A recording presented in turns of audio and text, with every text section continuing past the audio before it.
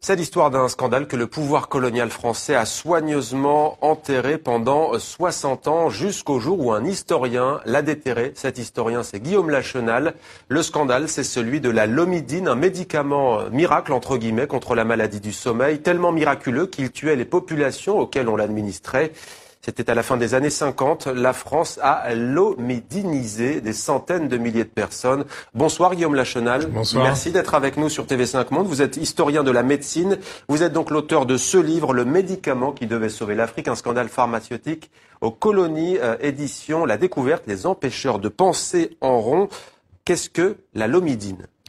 Alors la lomidine, c'est le nom commercial d'un médicament, d'une molécule qui s'appelle la pentamidine, qui est un antiparasitaire qui est actif contre l'agent de la maladie du sommeil, cette maladie transmise par la mouche tsetse qui ravageait l'Afrique qui a ravagé l'Afrique pendant une bonne partie du XXe siècle.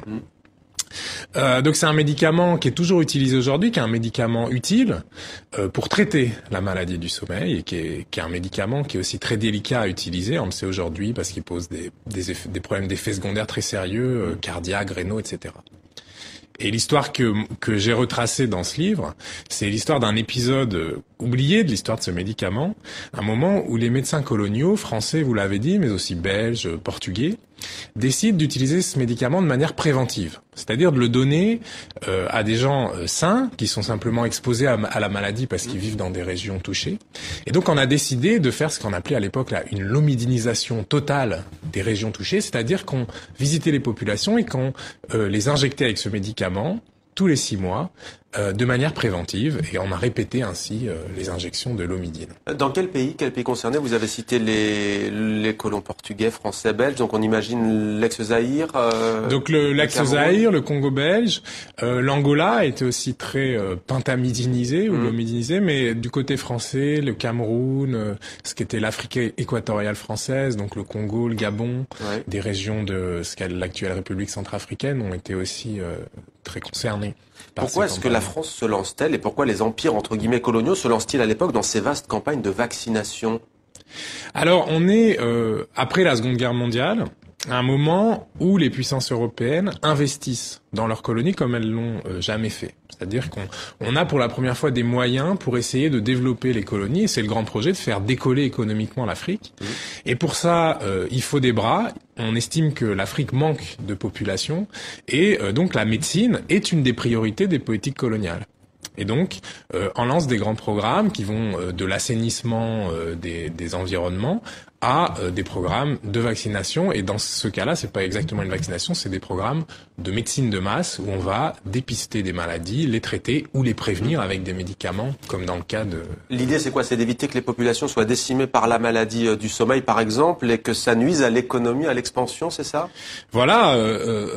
Après la Seconde Guerre mondiale, l'épidémie de maladie du sommeil au Congo belge, au Cameroun, est une épidémie qui est très sévère. Elle a été provoquée par ce qu'on appelle, entre guillemets, l'effort de guerre.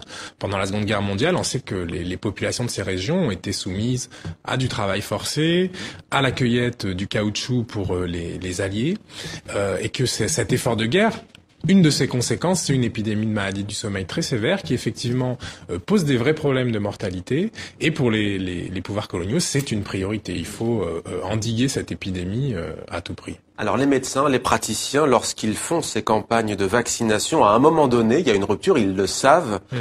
Ce médicament est dangereux, ces injections sont dangereuses, les piqûres sont dangereuses. Que va-t-il alors se passer? Alors, on s'aperçoit effectivement que ce médicament, surtout quand on le donne à titre préventif, donc à des gens qui vont bien, qui n'ont pas besoin d'être traités, pose toute une série de problèmes, de risques. On a des décès brutaux, de façon beaucoup plus générale, on a des chocs, des syncopes, etc.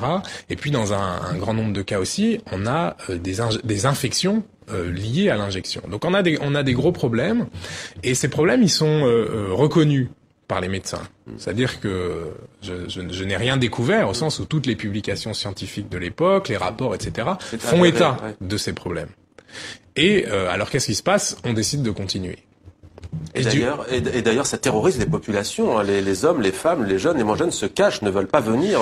Alors, ça les terrorise pas partout, hein. Il y a des régions où, surtout les régions qui étaient très touchées, où il y a une adhésion, on vient en campagne parce évidemment, on sait que la maladie tue. Et parce que ça sauve des malades. Oui, parce que ça sauve des malades. Mais plus on avance dans les années 50, moins la maladie est une menace et plus les accidents liés à ces injections de l'omidine deviennent connus. Et là, effectivement, la situation se tend, les populations évitent de plus en plus les campagnes, les médecins s'énervent de plus en plus devant l'absentéisme des populations, et donc là, on a une sorte d'escalade qui va aller jusqu'à une sorte d'encadrement policier des campagnes, des sanctions pour les populations. Combien de victimes, combien de personnes ont reçu le vaccin? Grosso modo, on parle de centaines de milliers de personnes, peut-être 800 000. Et combien de victimes? Alors, je ne compte pas les morts d'une certaine manière. C'est pas la façon dont j'ai travaillé dans ce scandale. Localement, ces campagnes d'injection ont provoqué des hécatombes. Je raconte dans le livre comment un village du Cameroun, un petit village du Cameroun a connu 300 cas d'infections extrêmement graves, 32 décès, donc sur un village de 500 personnes. Donc c'est une hécatombe. Il y en a eu d'autres comme ça. Quant à vous donner un nombre de morts, je ne le fais pas aussi parce qu'il s'agit pas d'un scandale pharmaceutique comme on en a connu récemment avec le Mediator où les morts se comptent en milliers ou en dizaines de milliers. Le problème des morts de la lomidine et le problème de cette histoire, c'est que les morts, entre guillemets, sont morts pour rien. Ils sont morts à un moment où la maladie n'était plus une menace, où on savait que le médicament ne marchait pas vraiment, on savait qu'il était dangereux, et parce qu'il fallait éradiquer, on continuait à injecter. Donc le scandale de ces morts, c'est pas leur nombre, c'est que c'était des morts bêtes qui sont morts pour rien. Vous dites parce que les autorités s'entêtaient, mais est-ce qu'il n'y a pas autre chose au-delà? Au lieu de tout arrêter, les autorités coloniales vont continuer, c'est ce que vous nous dites. Pourquoi? Elles savent que ça va sauver des vies, mais que ça va aussi en tuer d'autres. Alors effectivement, ce qui est très frappant et choquant dans cette histoire, c'est que on sait que des vies sont perdues avec ce médicament. Et on le sait, c'est-à-dire qu'on le cache pas, c'est-à-dire qu'on n'est pas incapable de le voir. Et c'est en quelque sorte, on a considéré qu'il était acceptable de sacrifier des vies, et les médecins le disaient très explicitement, au nom de l'éradication, au nom d'un Graal, au nom de quelque chose que le colonialisme pourrait afficher à son tableau de chasse comme une contribution positive, un progrès, une avancée, une modernisation. Est-ce, selon vous, un dérapage de la médecine coloniale ou est-ce un révélateur d'un système? Alors, c'est un révélateur à plusieurs titres. C'est un révélateur d'une médecine qui était mue par l'enthousiasme et par le rêve, par l'utopie. Il s'agissait d'éradiquer, il s'agissait de libérer de la maladie. Et c'est un révélateur, en fait, des effets parfois catastrophiques de cette quête. Et c'est un révélateur aussi de l'ordinaire de la médecine coloniale qui avait des immenses ambitions, des moyens souvent beaucoup plus limités, une formation des petits personnels, des petites mains de la médecine coloniale qui parfois laissait à désirer. Et cet ordinaire-là, c'est lui qui a généré les catastrophes que je décris dans ce livre. Et vous parlez de bêtise coloniale, non pas comme un juron, hein, les mots sont importants, mais vous lancez une piste dans ce livre, ce qu'on pourrait appeler l'anthropologie de la bêtise coloniale, au fond. Alors j'ai mis beaucoup de temps à essayer de trouver un nom à ce qui se passait. Les médecins, de toute évidence, n'étaient pas fous. Ils étaient pas cyniques, c'est-à-dire qu'ils faisaient pas semblant de ne pas voir les problèmes.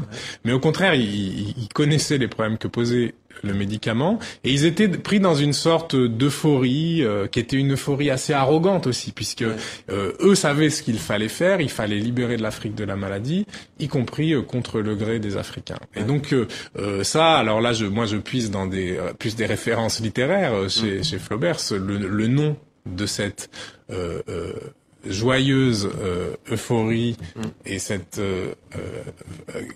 confiance jusqu'à l'arrogance en la science, c'est la bêtise. La bêtise et le grand aveuglement. Comment avez-vous fait pour déterrer ce scandale colonial, médical et pharmaceutique?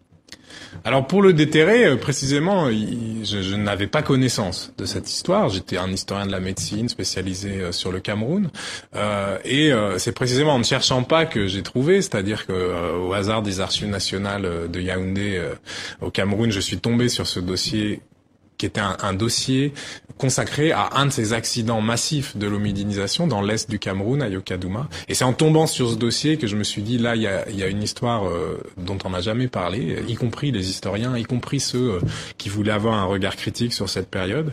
Et donc, j'ai choisi de travailler là-dessus. Vous êtes retourné jusque dans les ruines d'une usine française, il me semble, qui fabriquait justement des doses de l'omidine? Alors, la lomidine, c'était un médicament français, effectivement, de la firme Rhône-Poulenc, qui est vraiment le fleuron de l'industrie pharmaceutique française au XXe siècle. Et le hasard a fait que les archives de Rhône-Poulenc sont à Besançon, au milieu de la ruine d'une des grandes usines du groupe. Elle fabriquait pas des médicaments, elle fabriquait des fibres textiles, mais c'était une des grandes usines de Rhône-Poulenc. Donc c'est vrai que c'est un trajet pour moi qui était un trajet assez étrange, où les archives se trouvaient souvent dans les friches industrielles de cette grande époque de l'industrie pharmaceutique, qu'elle soit britannique ou française. Est-ce que ce livre a été publié en Afrique, au Cameroun par exemple? Alors j'espère qu'il va être distribué au Cameroun. Il est disponible en format électronique, donc ça le rend accessible, ouais. J'espère. Et puis il y aura bientôt, j'espère aussi une présentation publique de ce livre au Cameroun. Alors vous espérez, on l'imagine, faire tomber le tabou, briser le tabou, ce qui est chose faite avec ce livre. Est-ce qu'il y a des demandes de réparation? Est-ce que vous vous êtes posé la question? Est-ce que des États ou des actions plus isolées de populations demandent réparation aujourd'hui? Alors c'est une question qui me dépasse largement. Ouais.